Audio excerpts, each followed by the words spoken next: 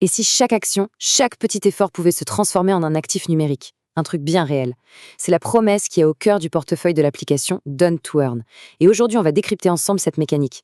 Comment on connecte une action à une vraie valeur? Ça, c'est une phrase qui met tout de suite les points sur les i. On ne parle pas juste d'un portefeuille crypto de plus, non. Il faut voir ça comme un véritable centre de motivation. L'idée, c'est que cet outil devienne un vrai moteur pour avancer au quotidien. Et ce moteur, eh bien, il prend la forme d'un centre de commande personnel. C'est vraiment ici, au cœur de ce portefeuille, que toute l'expérience Done to Earn prend vie. C'est le poste de pilotage. Concrètement, de quoi on parle? Imaginez un espace, à la fois smart et super sécurisé, qui permet de tout gérer en temps réel. Suivre ses actifs, les échanger, les manager. C'est un peu le tableau de bord qui affiche instantanément la valeur de chaque effort. Alors, avoir un tableau de bord, c'est une chose, mais le plus important, c'est d'avoir les commandes, de maîtriser ce qu'il y a dedans. Et c'est là que deux mots deviennent clés, transparence et contrôle. L'objectif, c'est l'autonomie complète.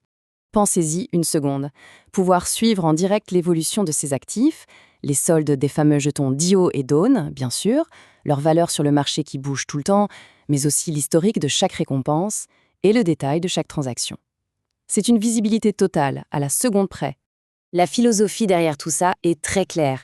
Tout ce qui est gagné, échangé ou envoyé reste visible et sous contrôle.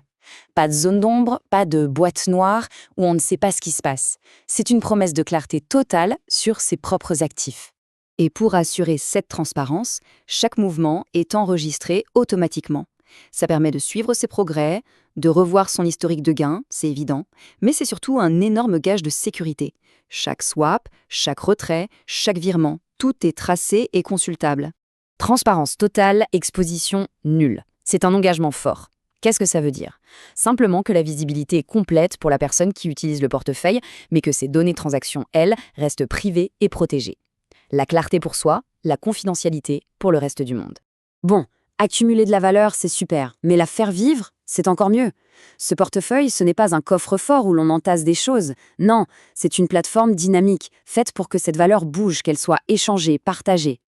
En gros, il y a 3 actions principales pour faire bouger les choses. D'abord, on peut échanger en interne entre les jetons Do et Dawn. Ensuite, et c'est là que ça devient vraiment social, on peut envoyer des jetons à des amis. Et enfin, pour une liberté absolue, on peut retirer ces jetons vers n'importe quel portefeuille externe sur la blockchain Solana. Bien sûr, qui dit transaction dit souvent frais. Mais ici, l'idée, c'est de les garder les plus bas possibles. D'ailleurs, le niveau d'adhésion a un impact sur ces frais, ce qui donne des avantages aux membres les plus actifs. Le but, c'est de faire vivre l'écosystème, pas de le ralentir. On revient sur cet aspect social, parce qu'il est vraiment au cœur du projet. Les transferts entre personnes, ce n'est pas juste une fonction technique, c'est un vrai outil de motivation. Envoyer quelques jetons à un ami pour l'encourager, ou en recevoir comme une tape dans le dos, d'un coup, la valeur devient une sorte de langage. Et ça se résume parfaitement avec cette idée. Les récompenses sont meilleures quand on les partage. C'est cette philosophie qui fait qu'on passe d'une simple application à une vraie communauté, où la réussite des uns peut motiver et aider les autres. Ok, pour bien comprendre comment tout ça tourne, il faut qu'on regarde le carburant du système, les jetons. Parce que ce portefeuille, il ne gère pas un seul actif, mais tout un écosystème où chaque jeton a un rôle bien à lui. Alors, on a les 2 piliers de la maison, le Do, la monnaie de base de cet univers, et le Dawn, le jeton qui récompense l'engagement. Tout ça est bâti sur Solana, donc le sol et l'épine dorsale. Mais l'écosystème est beaucoup plus large. On y trouve le NAND, un même token sympa, l'USDC pour la stabilité, et même les géants comme le Bitcoin et l'Ethereum qui connectent Done to Earn au reste du monde crypto. Faisons un petit zoom sur le duo star, DIO et Dawn. Le DIO, c'est la monnaie de base, avec une offre limitée, ce qui lui donne un fort potentiel de valeur. Le Dawn, lui, c'est le reflet de la vie de la communauté. Son potentiel grandit en même temps que l'application.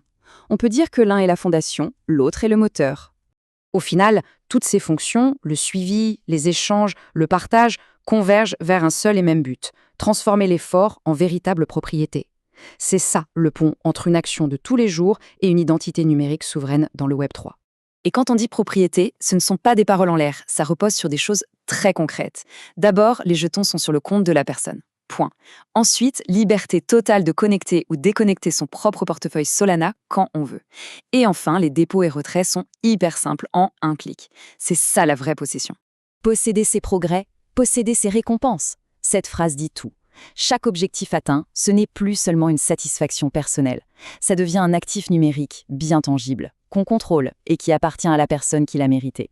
Donc, pour résumer, ce portefeuille, c'est le point de rencontre. C'est là que la motivation, le suivi des progrès et la récompense concrète ne font plus qu'un.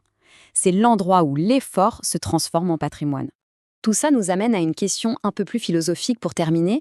À partir du moment où chaque action peut avoir une valeur quantifiable, est-ce que ça change la nature même de notre motivation?